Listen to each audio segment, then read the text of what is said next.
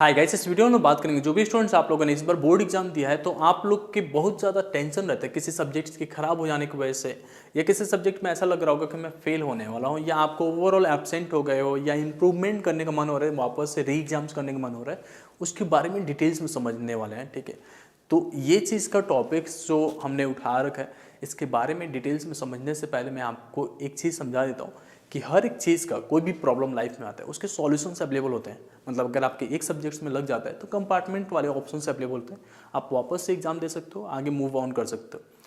अगर आपकी class 12th में वापस से फेल हो जाते हो सीबीएसई में, तो वापस से आप क्लास 12th का बोर्ड एग्जाम कर सकते हो बिना स्कूल जाए, और फिर आप जो है अपना कंटिन्यू कर सकते हो। सभी तरह के ऑप्शंस होते हैं, तो दिमाग में ये नहीं लेके रहना है कि लाइफ यहीं पे ख़त्म हो रहा है, क्योंकि ये सारी टेंशन्स जो भी चीज़ें हम लोग ने, मैं बहुत बार बताता रहता हूँ आप लोग को कि जो भी स्ट्रक्चर्स किए जाते हैं आपके एजुकेशन से रिलेटेड हो गया, ये कहीं ना कहीं ह्यूमन बींग्स बना रहे हैं। अब ह्यूमन बींग्स बना रहे हैं तो आप भी ह्यूमन बींग्स हो, तो कुछ हमने सोच के ये स्ट्रक्चर बना रखा है और इसके ऊपर आपको डिपेंडेंट नहीं रहना है। अगर एजुकेशन नहीं भी है तो भी तो लोग काम कर रहे हैं ना, तो this is not the primary thing जिसकी वजह से आप लाइफ में अच्छा करोगे।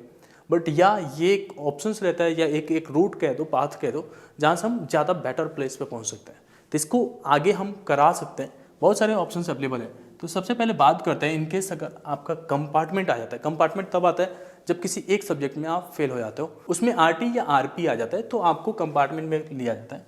अगर आपके पास 6 सब्जेक्ट है और किसी एक में फेल होते हो तो उस केस में आप जो है पास तो हो जाते हो, बट एक सब्जेक्ट की वजह से आपका इम्प्रूवमेंट लग जाता है। बाकी अगर 5 सब्जेक्ट है और एक सब्जेक्ट में लगता है तो कंपार्टमेंट।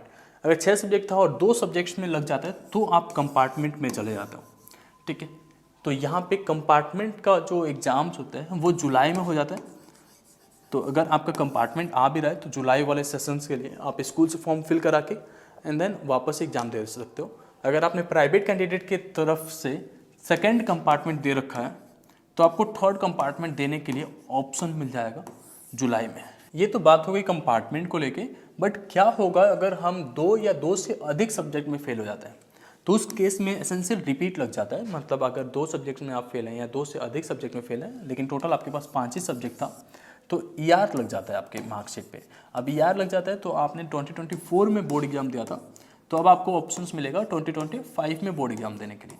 तो आप सीबीएसई से ही वापस से 25 में बोर्ड एग्जाम्स में अपीयर हो सकते हो एज ए प्राइवेट कैंडिडेट, और फिर आप बोर्ड एग्जाम्स में दे सकते हो। बट उस समय पे पैटर्न्स वगैरह चेंज रहता है, सिलेबस वगैरह चेंज रहता है, तो उसके लिए हम लोग गाइड कर देते हैं। अगर पहली बार चैनल पे आए हैं तो आप सब्सक्राइब जरूर करके रख लेना, जिससे कि कोई भी इन्फॉर्मेशन आपसे मिस ना हो जाए। अब यहाँ पे एक और सिनेरियो आता है जहाँ पे कुछ स्टूडेंट जो होते हैं बोर्ड एग्जाम्स के लिए अपीयर ही नहीं कर पाते। कई बार जो सिचुएशन होता है, स्कूल फीस ना जमा होने की वजह से एडमिट कार्ड नहीं मिलता, और कई बार होता है कि किसी हेल्थ इशू की वजह से हम लोग एग्ज़ाम्स नहीं दे पाते। तो ये अगर 2 सिनेरियोज हुआ है और इसकी वजह से आपका एब्सेंट लग गया है, तो आप लोग को परेशान नहीं हो रहा है। आपके एडमिट कार्ड आ जाने की वजह से या आपका ऑनलाइन एडमिट कार्ड शो होने की वजह से आप जो है अगली बार 2025 में बोर्ड एग्जाम्स के लिए अपीयर हो सकते हो। इनकेस अगर आपका एब्सेंट हो गया लेट जाने की वजह से, ऐसे बहुत सारे हमें मैसेज मिलते हैं कि हम लेट पहुँचे थे, हमें एग्जाम्स नहीं बैठने दिया, तो केवल एक ही सब्जेक्ट होता है जिसमें आपका कंपार्ट लग जाता है, और वो कंपार्ट का एग्ज़ाम आप दे पाते हो। ठीक है, तो कंपार्टमेंट दे सकते हो, वहाँ से आपको जो है एब्सेंट अपना रिकवर कर पाते हो। तो यहाँ पे भी आपको कोई प्रॉब्लम नहीं होता, बहुत आसानी से सब कुछ हो जाता है। अब यहाँ पे काफ़ी स्टूडेंट्स आप लोगों ने इम्प्रूवमेंट के लिए जाना चाहते हो या इम्प्रूवमेंट के लिए अप्लाई किया होगा, तो अगर आप पास आउट हैं बट अपने मार्क्स से सब सेटिस्फाइड नहीं है, तो आपको इम्प्रूवमेंट एग्जाम्स के लिए जाना पड़ता है। अब इम्प्रूवमेंट में होता क्या है, आपके 5 सब्जेक्ट थे अगर, और आप चाहते हो कि 2 सब्जेक्ट्स में जो नंबर कम आया, लेट से 60% से भी कम मार्क्स आ गए, तो उस 2 सब्जेक्ट्स का, जो 2 सब्जेक्ट्स में 65 या लेट से 60 था, तो इसके आप वापस से एग्ज़ाम दे सकते हो केवल 2 के लिए। अगर आपको 3 में देना है तो 3 के लिए केवल दे सकते हो, सारे में देना वापस से सारे में दे सकते हो। तो ये जो 2 या 2 से अधिक सब्जेक्ट का एग्ज़ाम होगा वो होगा आपका 2025 में, मतलब 2025 में। लेकिन अगर आप केवल एक सब्जेक्ट में इंप्रूवमेंट करना चाहते हो, लेट से मैथमेटिक्स था, मेरे को मैथमेटिक्स वाले टाइम पे फीवर हो गया था, मैं एग्जाम्स ठीक से कर नहीं पाया, तो उस केसेस में आपको 2024 में ही जो कंपार्टमेंट वाले स्टूडेंट्स होते हैं जुलाई सेशन देने वाले, उसी समय पे आपको इम्प्रूवमेंट उस सब्जेक्ट का देने का ऑप्शन मिलता है, और ये हर जगह पे वैलिड होता है।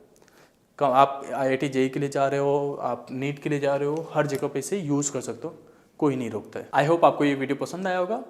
Thank you so much.